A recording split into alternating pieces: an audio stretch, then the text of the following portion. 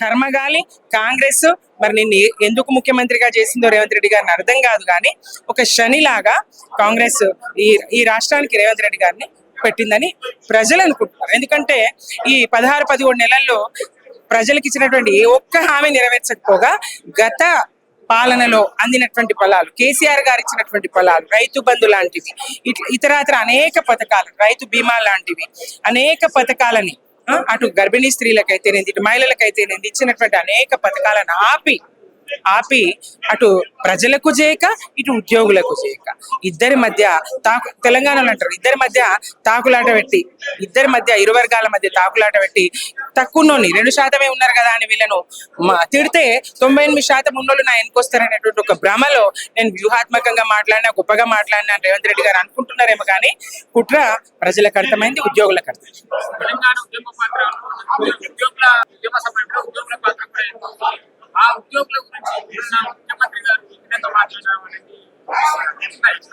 నిజంగా ఉద్యమకారులైతే ఉద్యమంలో ఎవరి పాత్ర ఉన్నదని గుర్తిస్తారు.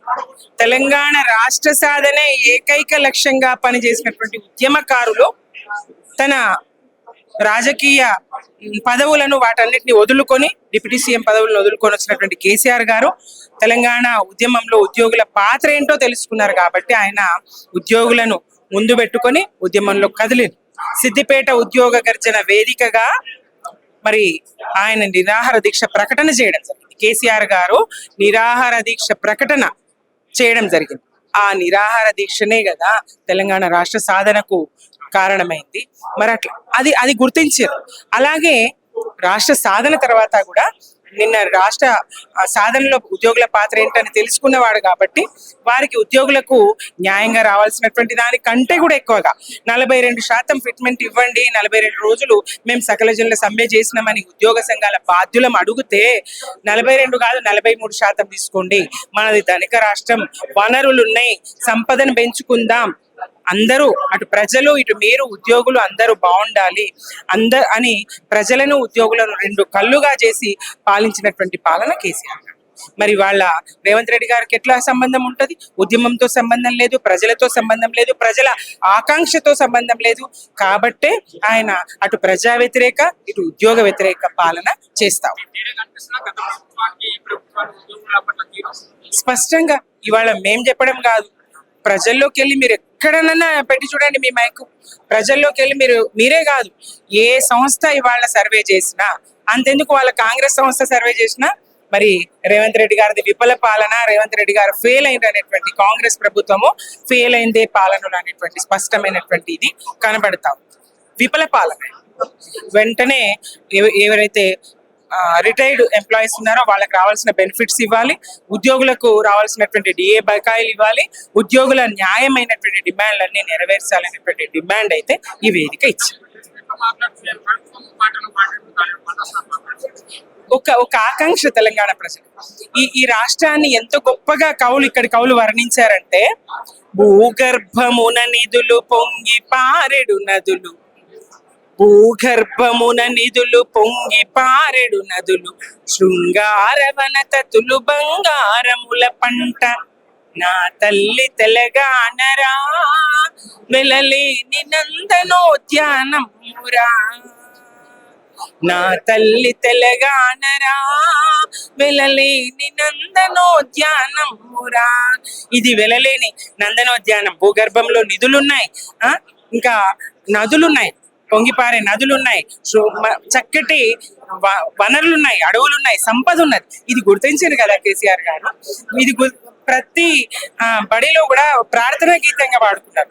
సుఖశాంతుల తెలంగాణ సుభిక్షంగా ఉండాలి, స్వరాష్ట్రమై తెలంగాణ స్వర్ణయుగం కావాలి, జయ జయ జయ హే తెలంగాణ జననీ జయ కేతనం, ముకోటి గొంతుకలు ఒక్కటైన చేతనం, తరతరాల చరిత గల తల్లి నీ రాజనం, పద పదాన నీ పిల్లలు ప్రణమిల్లిన శుభ తరుణం, జై తెలంగాణ జై జై తెలంగాణ అని తెలంగాణ తల్లిని కీర్తించుకున్నాము, గొప్పగా వాడుకున్నాము. నువ్వు ఇలా పేదదని, డబ్బులు లేవని, అప్పు గుడతలేదని, చెప్పల దొంగ లెక్క చూస్తుందని, ఆ, మాట్లాడడం ఎవరు స్వాగతిస్తారు, ఎవరు రిసీవ్ చేసుకుంటారు?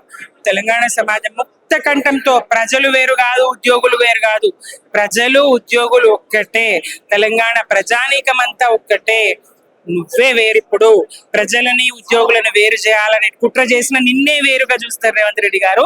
తస్మాత్ జాగ్రత్త. మరి ఏం చెప్తారు? ఈ ఏడాదిన్నర పరిపాలనలో ఉద్యోగులు ప్రజలు సంతృప్తిగా ఉన్నట్టా లేనట్టా? ఈయన డిసెంబర్ 9, 2022 23 డిసెంబర్ 9 నుంచి 24 డిసెంబర్ 9 వరకు సంవత్సర కాలంలో 2 లక్షల ఉద్యోగాల భర్తీ చేస్తారు. ఏది ఉద్యోగాలు? ఉద్యోగాల భర్తీ లేదు, ఉద్యోగులకు రావాల్సినటువంటి డిఏలు బకాయిలు విడుదల చేయలేదు, రిటైర్ అయితే వాళ్ళు దాచుకున్నటువంటి పైకం వాళ్ళకి ఇవ్వడం లేదు, జీపీఎఫ్ ఎంతో ఏదైనా అక్కరకు వస్తుంది, నడిమిట్లా అవసరమైతే అప్పులు తీసుకోవచ్చు అని ఉద్యోగస్తులు నమ్మి దాచుకుంటారు. అట్లాంటి దాంట్లో నుంచి కూడా ప్రావిడెంట్ ఫండ్ లోంచి కూడా వాళ్ళు పెట్టుకున్న ఇంతవరకు అతిగతి లేదు. ఒక నమ్మకం లేని వ్యవస్థ ఈ ప్రభుత్వము. మళ్ళీ జీపీఎఫ్ లో దాచుకుంటే ఇస్తుందో ఇయ్యదో, ఈ ప్రభుత్వంలో పొదుపు చేసుకుంటే ఇస్తుందో ఇయ్యదో, జీతాలకే దిక్కులేమనే పరిస్థితి చెప్తా ఉన్నాడు కదా అని ఒక అభద్రత, అపనమ్మకాన్ని ఈ పాలన కలిగిస్తా ఉన్నది. ఏ ఒక్క వర్గానికి, అటు విద్యార్థుల నుంచి మొదలు పెడితే, ఇటు నిరుద్యోగుల నుంచి మొదలు పెడితే, ఇటు మహిళలు, ప్రజలు, రైతులు, ఏ ఒక్క వర్గానికి కూడా మేలు జరగని పాలన ఈ పాలన.